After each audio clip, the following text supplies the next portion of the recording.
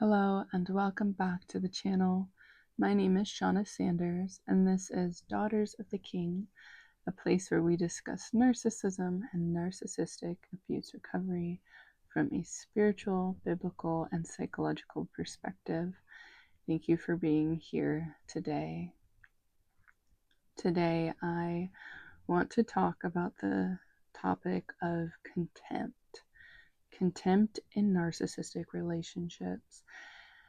And if you have found yourself in a narcissistic relationship, this is a word that is going to come up a lot in your mind. There's this underlying feeling that the narcissist just does not like you at all, that they hate you even on a level.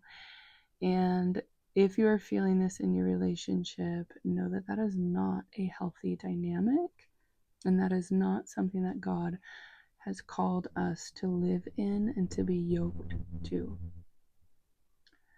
So, the first thing I want to talk about when we're talking about contempt in a narcissistic relationship is when you experience joy in your own life. Say you got a promotion, say you got a raise, say it's you graduated and you got your degree, or your business is doing really well.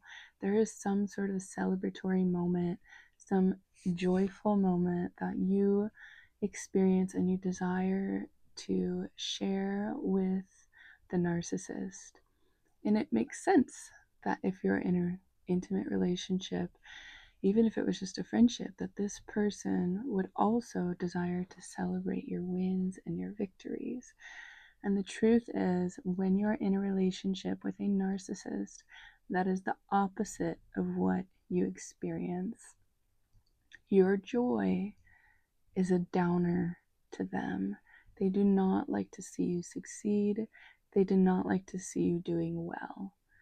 And so over time, what this can do is it can cause a person to begin shrinking their victories, downplaying the positive things in their life, and on a level begin hiding the very essence of who they are, because they don't feel that their joy in this part of themselves is welcome in the relationship. And the truth is, it's not welcome, and the narcissist does not like to see you happy.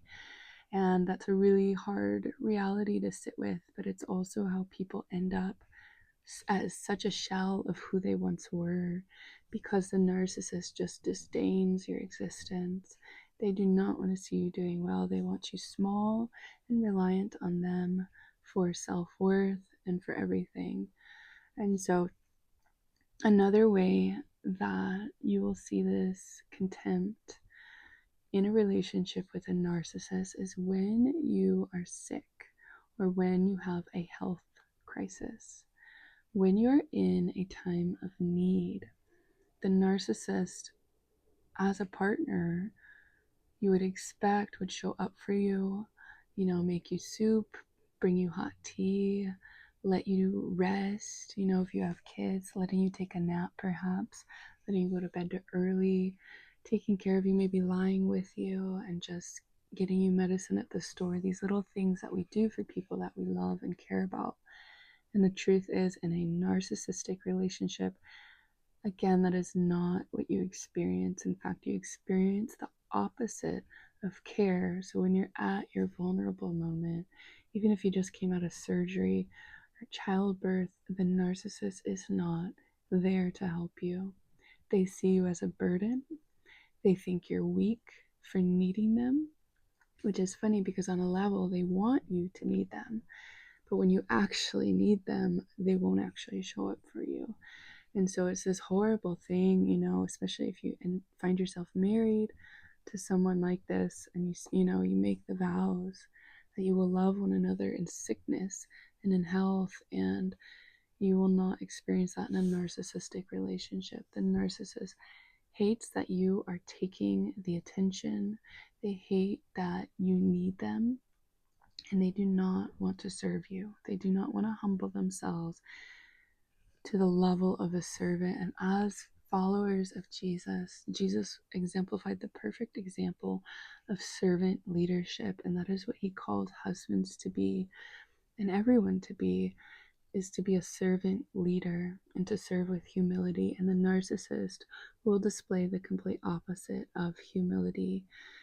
They will be more controlling, they will shame you, they will make you feel bad. And oftentimes, you will even find the narcissist will, when you're sick or you're in this space of need, they will start exaggerating symptoms within themselves or creating an issue that is going on in their own life. It's not real, just so that the attention comes off of you and comes back onto them. And so this can be very heartbreaking to experience in that depth of need. And the next thing that's kind of related to the same topic is the topic of when you're having an emotional experience. Say you could be so intense that you just lost your mother or your father. You just experienced the death of a loved one and you're going through the grief process. Or you're just in a space where, like, hey, I need some tenderness right now.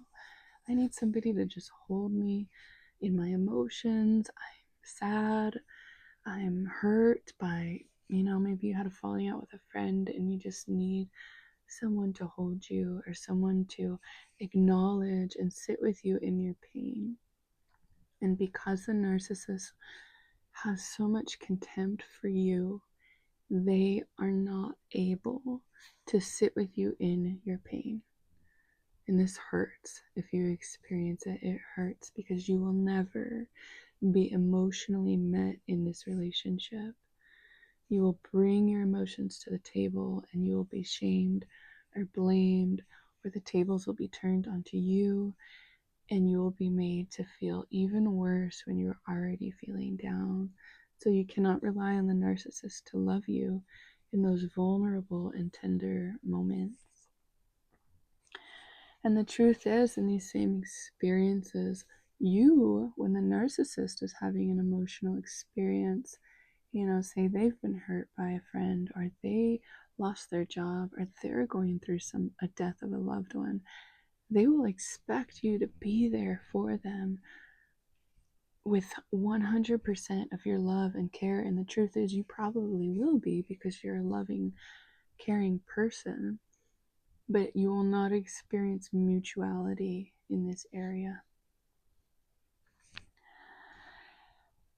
So along these same lines, when you're having a conversation with a narcissist, I can say everyone I've talked to who's been through a narcissistic relationship has had this experience. And it is that you feel like when you talk to them about anything, the things you are interested in, the things that excite you, the things that are hard for you, whatever it is, the conversation is going to feel like you are talking to a wall.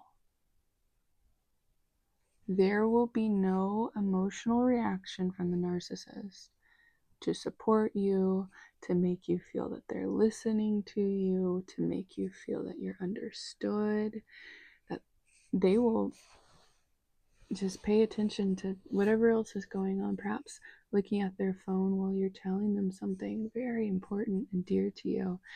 There will be no response. It's like talking to a literal wall. And again, the mutuality is just not there when they talk to you about whatever it is. There's excitement, there's questions, questions that further the conversation into more depth. And the narcissist is not going to give that to you. They're not going to ask you how you're doing. They will not ask you how you're feeling, how your day went. They don't care. They hold a deep level of contempt for you. They do not care how you're doing and how you're feeling. That is not in the realm of their interest.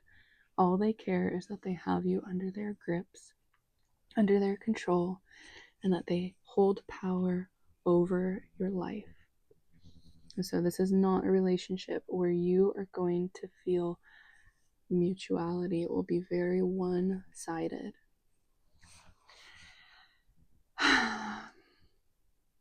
Compliments.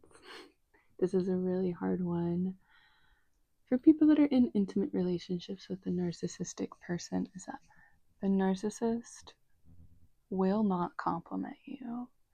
They do not like to see you uplifted. They don't want to build you up. The concept of receiving a compliment from a narcissist, it is, maybe early on in the love bombing stage, or perhaps you're being hoovered again and they're trying to love bomb you, future fake you again. You might experience some compliments, but underneath them complimenting you is actually this hatred and this disdain and this contempt for even having to pretend and pour into you. They do not want to pour into you. And so one thing is that they will not compliment you. It doesn't matter how small or how big. You could have just won the Nobel Peace Prize, and the narcissist will act like nothing just happened. They won't show up to the thing, or if they do, they'll sit there and act like they don't see what's going on. And if they're even worse than that, they will actually tear you down afterwards and say you didn't deserve that. That should have gone to somebody else, or you manipulated to get the wins that you have in life. They are not happy to see you uplifted.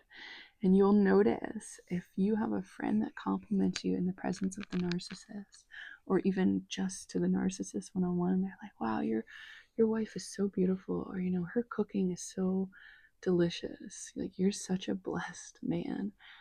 The narcissist will not agree with the person.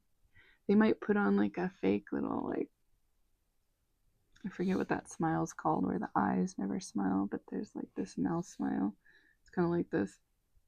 And it's like this fake, forced smile.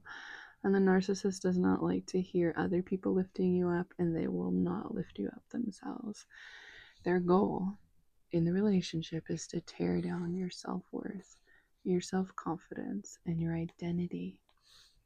And the last thing I wanted to share on this same topic, and it kind of ties in to everything that we discussed already today, and that's that when you're not doing well in life, the narcissist is happy.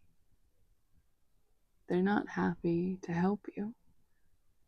They're not happy to restore you, rebuild you. They are happy when you suffer.